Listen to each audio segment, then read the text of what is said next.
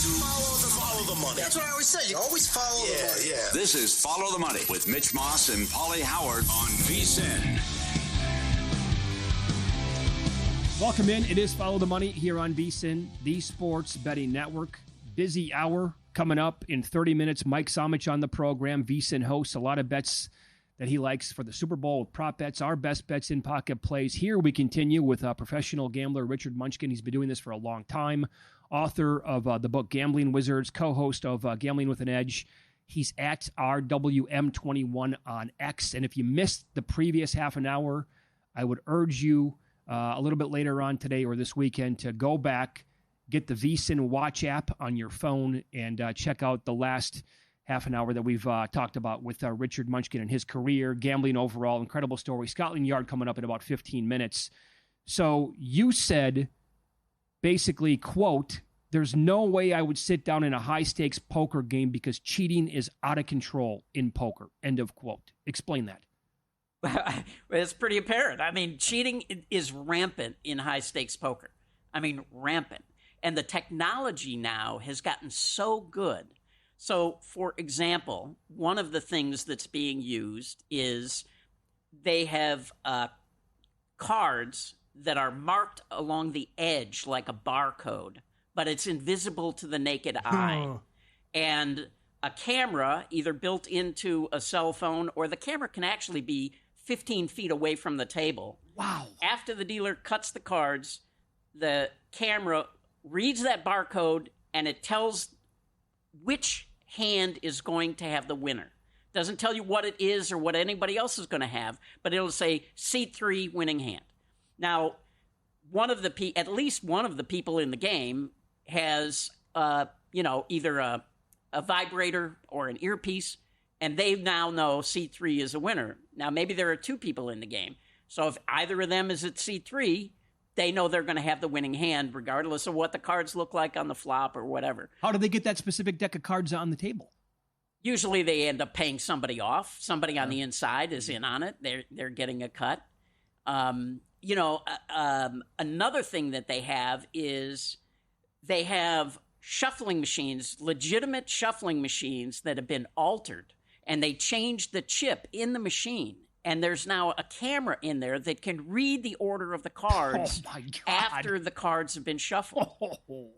So, there's just, like I said, it's rampant. There have been numerous cases now that have showed up in the news, down in Dallas.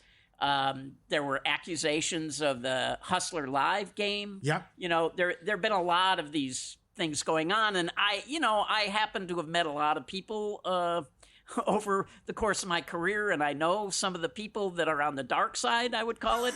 And, sometimes they call and tell me these stories that are just, unbelievable. And that's why I said I would never sit in a... Look at your Twitter feed and stories you retweeted as well. Earpieces, the device is so small, you need a magnet to pull it out, the phone case on the felt, and players putting device behind the shoe in blackjack and Texas Hold'em. What else am I missing? So this is happening in casinos where, and it's, it's funny because technology is so old it's new again, that there was a guy, the reason that there is a law in Nevada against using a device in a casino is because a guy named Keith Taft invented this camera in a belt buckle.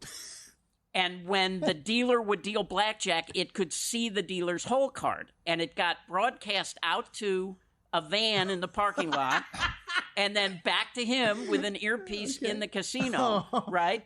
And they got caught. And the reason they got caught was because this happened at the Marina Casino, which is where the MGM sits today. And there was a bomb scare.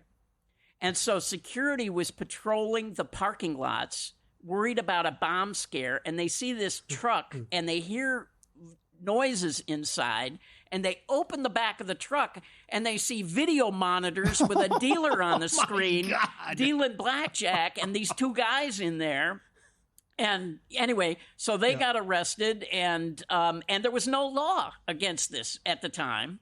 And that's what ended up causing the laws to be changed. But anyway, that technology now, the cameras are so tiny that there was just a case in France where a guy had a cell phone on the table that had a camera that I guess would see out of the side of the cell phone and see the dealer's hole card when they were dealing it. And he was the one with the earpiece that was so small, you need a magnet to get it out on the end of a little probe, you know. Oh, it was like a James Bond movie or Mission Impossible. Yeah.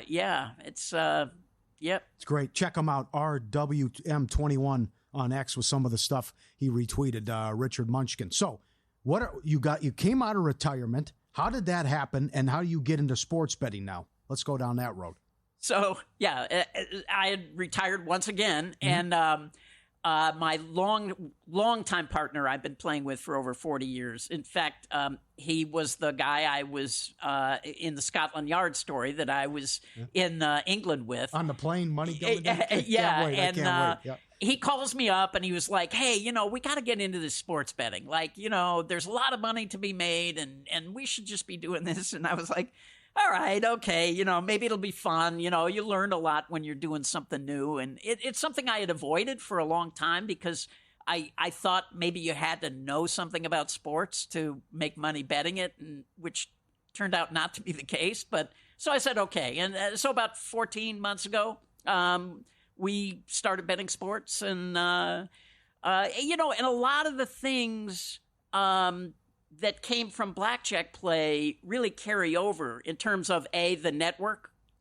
Having a network of people that is tremendously important, but also when you're on a blackjack team, different people do different functions, right? So you got to have a math guy, and just like that in sports, you got to have the math guy who is the one who builds the model to get an edge, right? But also, just like blackjack or any kind of gambling, getting an edge is one thing, but learning how to get the money out of sports books is a whole different thing, and probably more than half the battle. It turns out I don't need to know anything about sports because that's not my job as part of the team, right? My job is to figure out how to get the money out of sports books and not have the accounts get fried. Okay, so and you started 14 months ago then. Yeah. Okay, so that can be like a risky proposition that we're talking about then, because you got to massage it obviously from the get-go. How has that been for you then? Well, the main first of all, there's a big learning curve, right? Because we didn't know anything when we started, so it's been pretty good. One of the big problems is in blackjack, you know exactly what your edge is, right? There's a right play and a wrong play, and you know what it costs or what it gains you. In sports, you don't know. And so you work with what we call originators, guys who build models and come up with what they think are edges.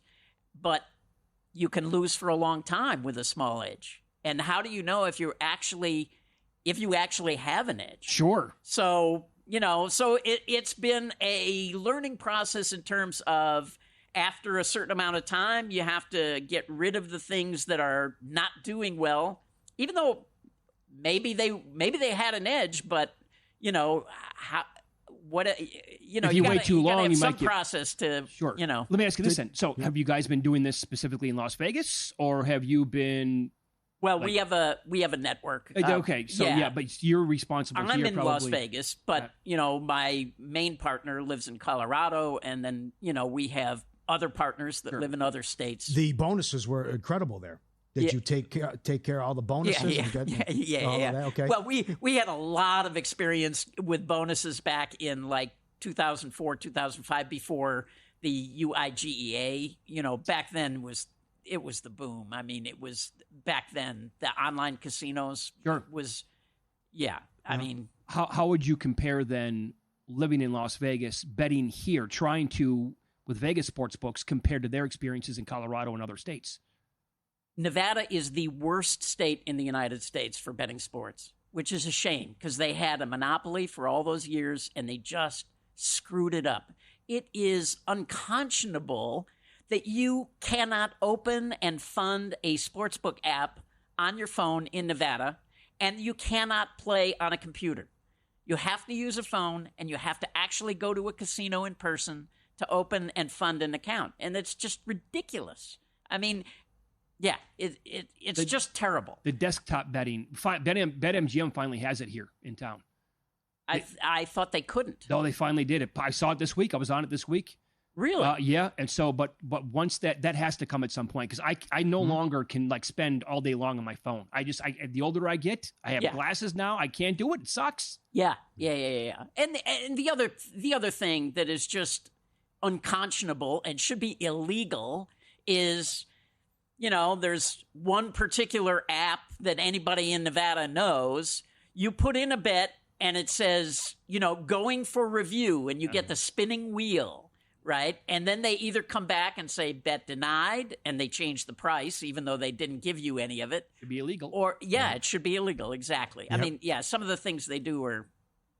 Scott, sorry. We're lucky because this book gets Circa's awesome. This is the best book in Nevada by far. And I'm not just saying that because you're here. I mean, it is. Scotland Yard and a great Alan Wood story to close coming up next. No big game is complete without a classic game of squares, but this year make it even better with Circa Squares bets from Circa Sports. We all know the pain of pulling those bad numbers. Not anymore. You get to choose your square and the numbers you want. Each square has its own odds. You're always in control of your bet. Download the Circa Sports Nevada app today and place your Circa Squares bet. Turn your big game to a big win with Circa Sports. So as promised, one of the best stories you're ever going to hear about Richard's time, Scotland Yard coming up, and the Russian mob involved as well.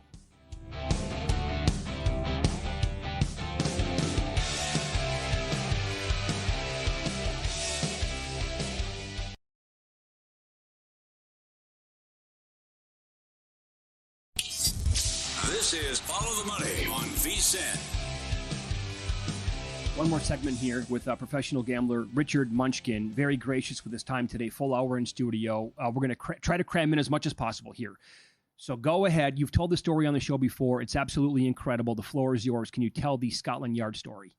Yeah, so my longtime partner, actually the first trip I ever made with him, his name is Daryl, and we went to the UK to play because they had particularly good shuffles there. And they had this rule in the UK at that time that you had to sign up for a casino to become a member, and then you had to wait 48 hours before you could play.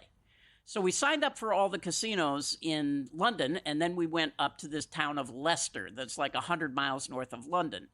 And we go there, we sign up, and now they have two casinos. We sign up in one, and our policy was if they don't ask for a passport, we would give them a fake name. But if they ask for a passport, obviously they get it, right? So we sign up for the first one, we give them a fake name. We go to the second one, they want the passport.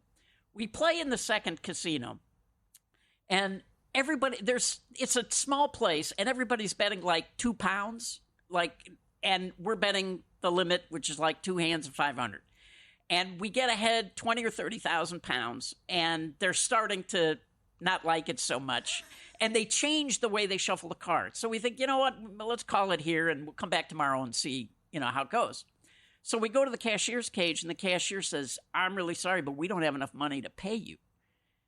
And we're like, and she's like, I could give you a check. And we're like, we don't like that idea, right? What if they decide to stop payment on it or something? She says, well, how about come back tomorrow and we'll have the cash. We'll go to the bank. We'll have the cash. We're like, okay, we'll do that. We'll just take the chips. So we go back, and then the next morning we go back, and I go to the table to check the shuffle, and Daryl goes to the cage to cash out the chips. And I go to the table, shuffle's still no good, so okay, we're not going to play. I go to the cage, Daryl's not there. I say to the cashier, where's my friend? What friend? The big American guy with the 30,000 pounds in chips. She's like, I think he went upstairs with his friend. I'm like, I'm the friend. He doesn't have any other friends. And she said, I think he went upstairs. And I look, and it's like dark. There's a bar up there, but it's closed. And so I go up, and I hear voices. I come around the corner, hear these two guys with Daryl. They're sitting on a couch. And I go, what's going on? And the guy with Daryl goes, are you a professional gambler too? And I go, what are you talking about? And he goes, are you a professional gambler too? And I said, no. And he says, Scotland Yard. And they hold up their badges. And I was like, have we done something wrong? And they kept saying, no, we just want to know you are who you say you are. I'm like, well, that's easy. Here's my passport. Says who I am. And they're like, okay, and you have a rental card? You have the contract? You have, your driver's license and your airline tickets? And, now they want everything. And now they want to go back to our hotel room and look at our hotel room. And we don't know, we're in our 20s and we don't know what the rules are or anything. So we're like, okay, And so we get up to go downstairs to the car, and I look down and I see hanging out of Daryl's pants is a blue wire because he is wearing a hidden computer strapped to his calf. And there are wires that go down both legs into his shoes that operate this computer. Now, this is legal. There are no laws against this in 1983. But if they find it, we're going to jail until they sort out the fact that there are no laws about this. So now we go down to the car. We get to the hotel, and I'm sweating because there's a briefcase in the hotel room. And in that briefcase is a soldering iron and wires and extra batteries. And there is a yellow legal pad with a list of every casino we've been to in Germany, Belgium, Norway, the UK. And it's got the names that we used, when we used a fake name. And we get into the room, and is sitting right on the end of the bed. And now they start searching the room, and they're being thorough. They're looking between the towels in the closets and stuff. And by now, they're really kind of feeling like this is like, it's aroused. Like, why are they doing the casino's bidding? And we keep asking them, like, is this how you treat anybody who wins money? And is it just because we're Americans? And anyway, now they're starting to crack jokes, and they like pull up Daryl's guitar case, and they're like, what's in here? A machine gun? And they've looked everywhere except this briefcase. And the guy walks up to the briefcase, and he goes, well, I guess that's it then. And he pulls open the briefcase, and he's looking right at us, and he closes it again, and he never looked down. He never looked down at what was in the briefcase. And the other guy was standing behind him, so couldn't see it. And Daryl and I are just like trying to, hold it together and breathe, And they said, okay, and we'll take you back to the casino. And we're like, what about our chips? And they're like, well, you got to take that up with them. We're just, we don't have anything to do with that. So they take us back to the casino. Casino cashed the chips right away, gave us our money. We got in the car. We drove straight to Dover and took the next ferry out of the country. And we could no longer, go to any casino in the UK after that until, eventually we both had name changes. So we could get a new passport. Since. Yeah. Can you sneak in the Poland story? Oh, my God. The heart rate, by the way, Richard. Oh my God. Yeah. Yeah. That's incredible. Can you do Poland? Yeah, okay. Let me plug you first, by the way. Author of Gambling Wizards, co-host of Gambling with an Edge, RWM21 on X, Richard Munchkin, our guest. Poland, take it away. We're Audible. We'll do Alan Woods soccer and Russian mob next time. Okay. So I find out there's this tremendous game in Poland. And so I called Daryl. I'm like, hey, we're going to Poland, right? Because, casinos had just opened up. It was like 1990. The Berlin Wall had come down, and they opened these casinos, and they didn't know what they were doing, right? So we figure, we should take our Japanese big player from Korea, right? Like, because Japanese guys could always win more money than white guys. Mm-hmm. And so we fly off to Poland, and we start playing this game, and we just crush it, right? And like in 2 days, the guy wins $70,000. And at the end of that, the boss comes up and he goes, I'm sorry, you can't play anymore. And so the Japanese guy, he picks up his chips and he goes to the cage, and the dealer says, wow, yeah, the guy's got a lot of money, but I mean, what's he going to do with it? We go, what do you mean? What's he going to do with it? He's like, well, it's Polish zlotys. Like, you can't convert them to dollars, and you can't take them out of the country. We're like, huh? What? And so now we have all these zlotys, and we're trying to figure out how do we get this money out of here. And we're thinking like, well, we could buy a couple of Mercedes-Benz and drive them over the border and try to resell them, or, buy lots of refundable airline tickets or something. But we don't come up with a plan. So we get a safe deposit box and we put the money there, and we're like, okay, we'll come back next year and we'll figure it out during that time, which of course nothing happened during that time. So, we go back the next year, and I try this ploy, which is when you enter, if you bring in money, you can take that much money out, right? So I fill out the form and say, I'm bringing in $70,000. And the guy sees the form. He's like, you're bringing in $70,000? And I said, yeah. And he goes, let me see it. And so I had a check, right, made out to me for $70,000. He's like, oh, it's a check. And he stamps the form, check. It's not cash. So I'm like, okay, that's not going to work. I can't do it that way. So we come back, and we get the money. And now we decide, all right, the only thing we can do is just smuggle it out.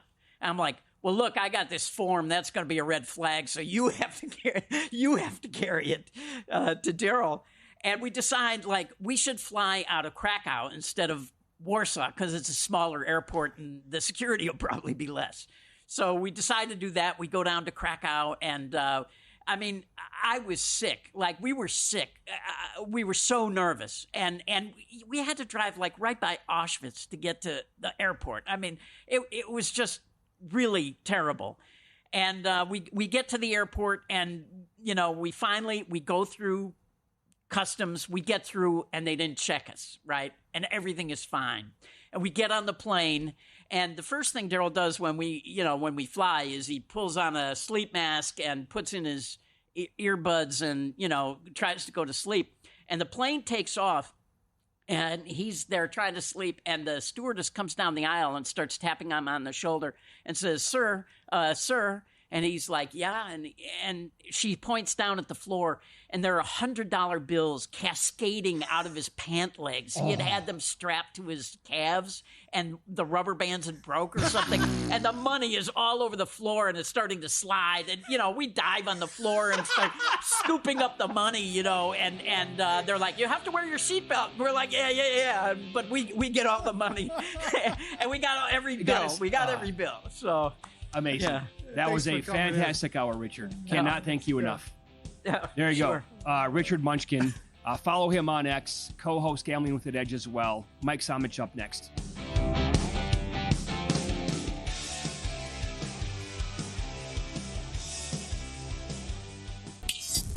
This is Follow the Money on VSiN. Time to go prop shopping.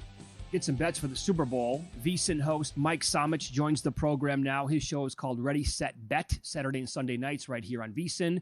He is on the Progressive Guest Line. Mike, good afternoon. Thanks for the time as always. We certainly appreciate it.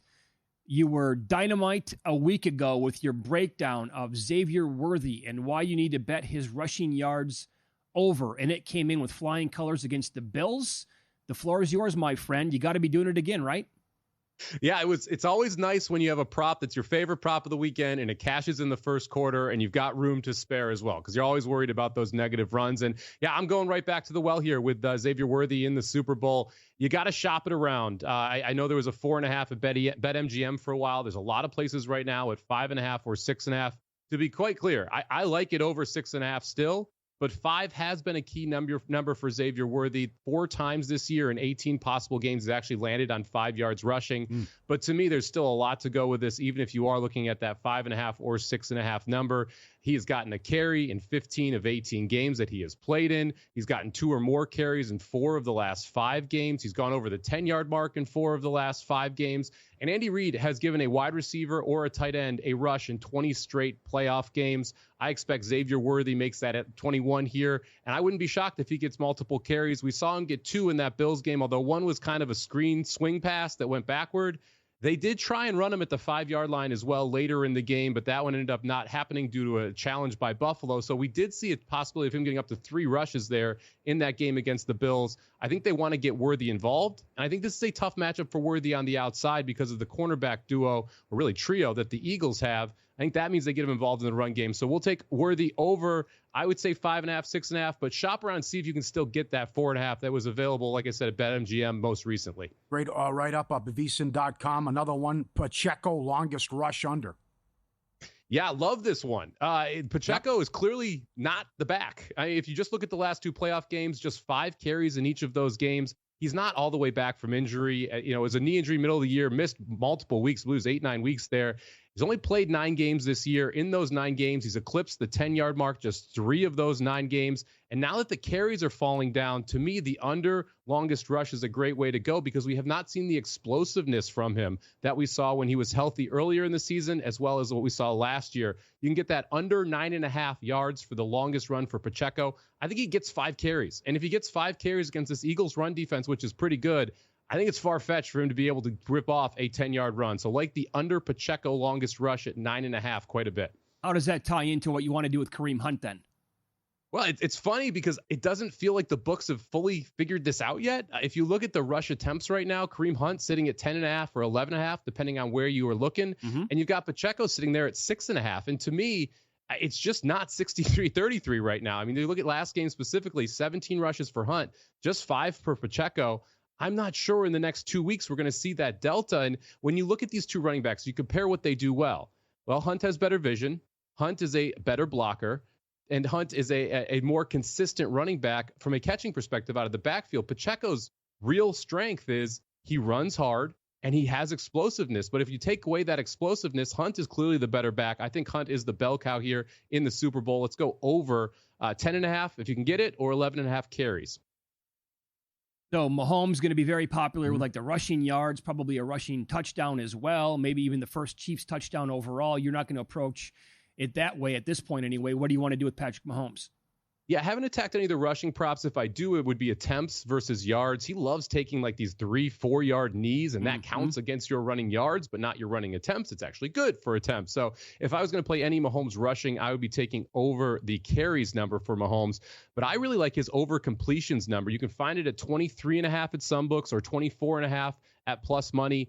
To me, when you look at this Eagles defense, what do they do well? They rush the passer with 4. They drop 7 back in coverage. When you see those situations, you're going to see a lot of shorter passes, a lot of ball control offense, something the Chiefs are very used to after they really were the reason this defense was invented, or at least popularized in today's NFL, after they were so explosive the first time that they won a championship. Because of that, Mahomes has a lot of experience against this specific defense, and what you see is a lot of these shorter passes, 4-yard, 5-yard passes, some slants. You're going to see more swings out to running backs.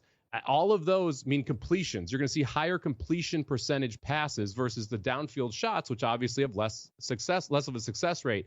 I think Mahomes completions is a great place to look to the over here. I think it's a lot of short passes. I think it's just the move the stick style offense here for Kansas City. And if that's the case, then I love the idea of him going over 23.5 completions. And if you look at what Washington did, they pretty much did that exact same thing, right? Where Ertz ends up with 11 receptions. You see their running backs get 6 receptions in that game. I expect the same thing from Kansas City here. I think Noah Gray gets involved. I think you're going to see Kelsey from a reception perspective, maybe not the yard side, but I do think the receptions are a good way to look, which means that the completions here for Mahomes are a good way to look. So I'll take Mahomes over the 23.5 completions. Is this widely available? Hollywood Brown over first quarter receiving yards?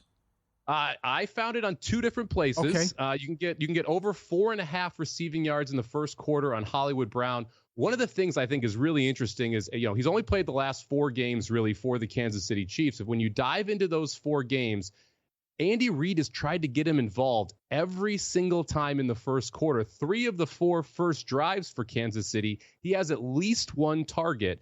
And in the first quarter, he's gotten at least 1 target in all 4 games. That means that Reid is trying to game plan Hollywood Brown into the game. I mentioned those quick slants, the swings out to wide receivers and running backs. I think Hollywood Brown is a highly likely recipient of one of those quick slants here in the first quarter for the Chiefs. I was looking for actually first drive props to see if I could get completion on the first drive at plus money for him. I was able to find this over 4.5 receiving yards here. DraftKings is the easiest place to find it right now. It's buried in a couple other books. But over 4.5 receiving yards in the first quarter for Hollywood Brown. I think Reid goes right back to the well and tries to find a way to be able to incorporate him early into this ball game.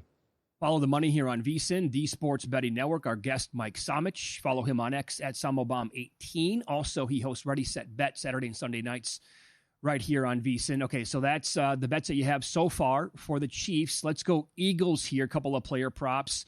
Now, this number has moved, and a lot of people like Dallas Goedert, right? But it does make sense. Chiefs, they've been awful all year at defending tight ends. Yeah, number one in the NFL with targets allowed, receptions allowed, and yards allowed per game. We saw Goddard have a big part of that, a big game in that Washington Commanders game as well. He had a huge role both through the air, and they actually gave him some carries as well. With the way this Chiefs defense plays stylistically, it kind of funnels everything to the middle. That's not somewhere Jalen Hurts loves to throw the football, but when he does, it is often to Dallas Goedert. This actually opened at 45.5 yards. Matt and I talked about it Sunday night. It was awesome to be able to, 2 weeks out from the Super Bowl, have all the props populated multiple books. So shout out to those shops that were willing to take the chance and put numbers out. And this Goddard one was one that immediately got steamed. So I was able to get it at 47.5. I've seen it at 50.5 in some places. I've seen it up to 52.5 at others. I project them for right around that 58-yard mark, so I still think there is some value to the over, but it's starting to get a little bit pricey. I do think Goddard has a shot at having a pretty big game here, so I got over 47.5 reception yards. I would still play it if you can shop around and find, let's say, call it that 50.5 reception yards here, because it does project out for Goddard to have a very big game against this Chiefs defense. I'm with you. And then it's also has to be feed Barkley all day. I think so. When you look at what Kansas City has struggled with, especially the last two games in these playoffs, you look at Mixon and that weak offensive line for Houston, they were able to move the football on the ground. I don't know what Buffalo was doing with not giving it to James Cook more. He was highly successful when they actually just called straight running plays for him. I don't think Philadelphia is going to watch the tape of the previous two playoff games and get away from what really is their bread and butter. I think they want to pound Barkley, especially early in this spot, because you want the Chiefs to start dedicating men to the box. If you go back and you see that Eagles game against the Commanders and what made Hurts so successful, it was that we often saw 8 or 9 guys in the box for Washington. That made it a lot easier for him to go to his first or his second read on the outside. That's why we saw A.J. Brown have a good game. Well, if you want to do that against Kansas City, you've got to pull those safeties in. The only way to do that is show you can successfully run the football against him. I think because of that, the Eagles really have to come out and try and establish that run. If they do, then we're sitting at just 22.5 attempts here at plus 100 on DraftKings right now for Barkley's over. I think he gets 25, 26 carries, especially if this game stays close, which I do expect it to. So I'll take Barkley over his carries in the game as well. All right, Mike, quickly here, about a minute left. Anything yet, side or total for you? I've got a decent future on the Chiefs, so it's all about like how much do I want to hedge out or do I want to just roll with it? If I was going to bet the game right now, I would be betting the Chiefs. I like them minus the 1.5. As much as I think the better roster is on Philadelphia's side, outside of the secondary and the quarterback, pretty much position for position, you're taking the Eagles lineup. But to me, it comes down to the coaching here. Andy Reid, Steve Spagnuolo, I trust those guys way more, especially when you pair Reid with Mahomes, than I do on the other sideline. So for me, it's the Chiefs minus the 1.5. I think they end up three-peating here. Yep, three-peating. All right, there you go. Mike Somich, his show is called Ready, Set, Bet. It's an awesome show with Matt Brown, Saturday and Sunday nights right here on VSiN. Thanks, Mike. Good luck this weekend. You got it, guys. There you go. Get our VSiN Super Bowl betting guide packed with info and everything you need to make informed wagers. Everyone's pick, MVP pick as well. Props, betting strategies, and tips. VSiN.com/subscribe and become a subscriber today as little as $9.99 and get your copy. In Pocket plays up next. Nigel Seeley on the program as well. He is taking a nice dog this weekend in soccer.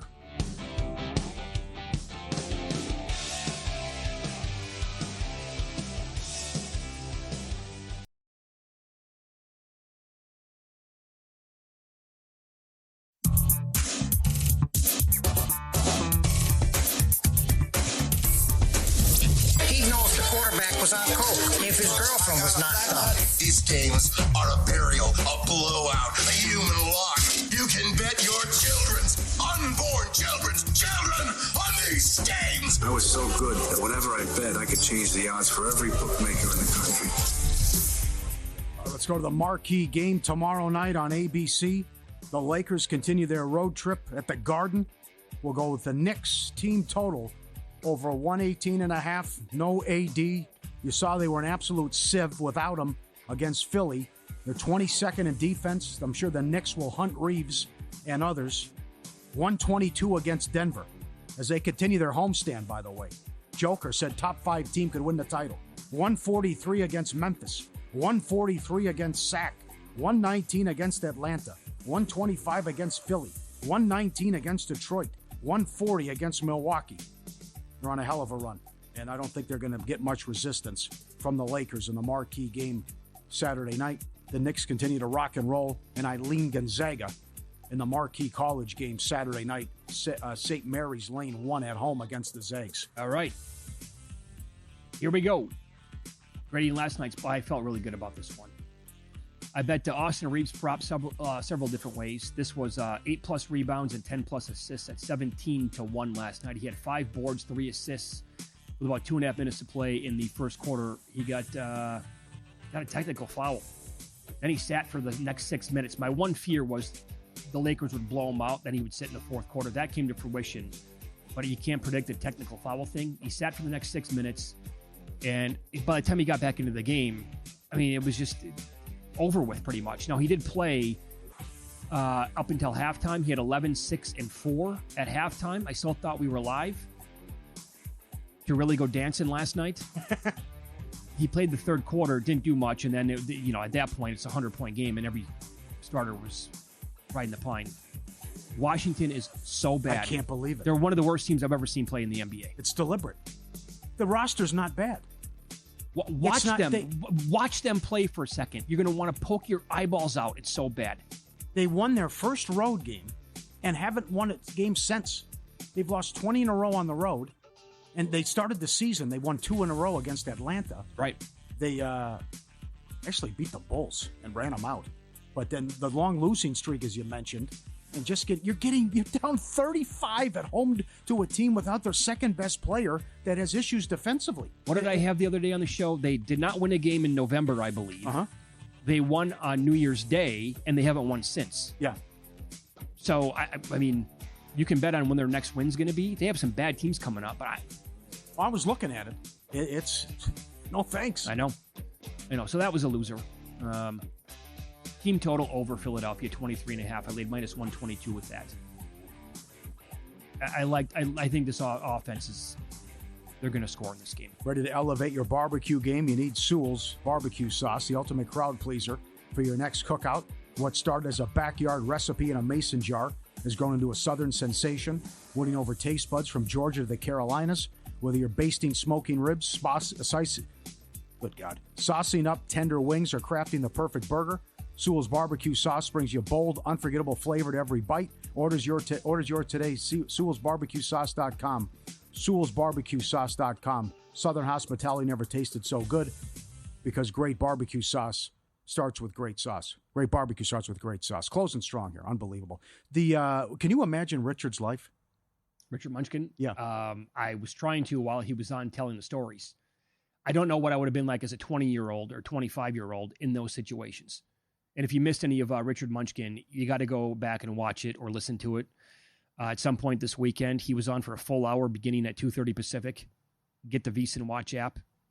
I can't get enough of it. We could have had him on for all 3 hours today. Alan Wood's story about soccer blew my mind next time.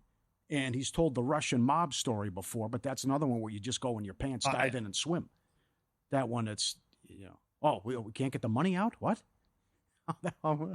How's that How about the work? Scotland Yard story where... how does that happen? The guy, they're in his room, they open up the briefcase, the other guy's behind him, and they don't even look, and he closes it. Okay, we're all good here. What are the odds on that happening? Right.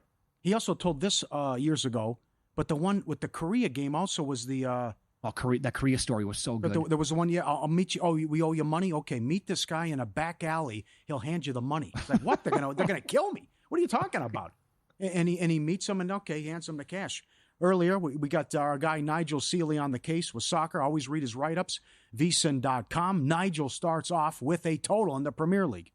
Hello everyone, it's Nigel Seeley here. As you can see, I'm not at home. I'm in the south of France in Montpellier at the tennis. It's the ATP Tour 250 event, and that's where I am this week. So I'm going to give you a quick video giving my best bets on the Premier League this weekend. I'm going to start off with the early game. I think it's 7:30 Eastern time. I hear the rain coming down there. 7:30 Eastern time on Saturday, and it's the match involving Nottingham Forest and Brighton. Nottingham Forest got beat 5-0 last week by Bournemouth. They've been the surprise package in the Premier League this season, and at home they've been on fire. They've scored in 12 of their 13 home matches. Chris Wood, their striker, is in great form. He's got a brilliant record at goals. He's plus 180 to score at any time. He's plus 410 to score the first goal in this match. They're up against a Brighton side who, when Brighton are favourites, let you down. Last week they were favourites. They got beat at home by Everton. But when they're underdogs, they do really, really well. And on the road so far, in the last 6 matches, they are unbeaten and they've scored 14 goals. So where I'm going in this match is goals. If you look at Brighton's matches, they've scored in 13 road matches.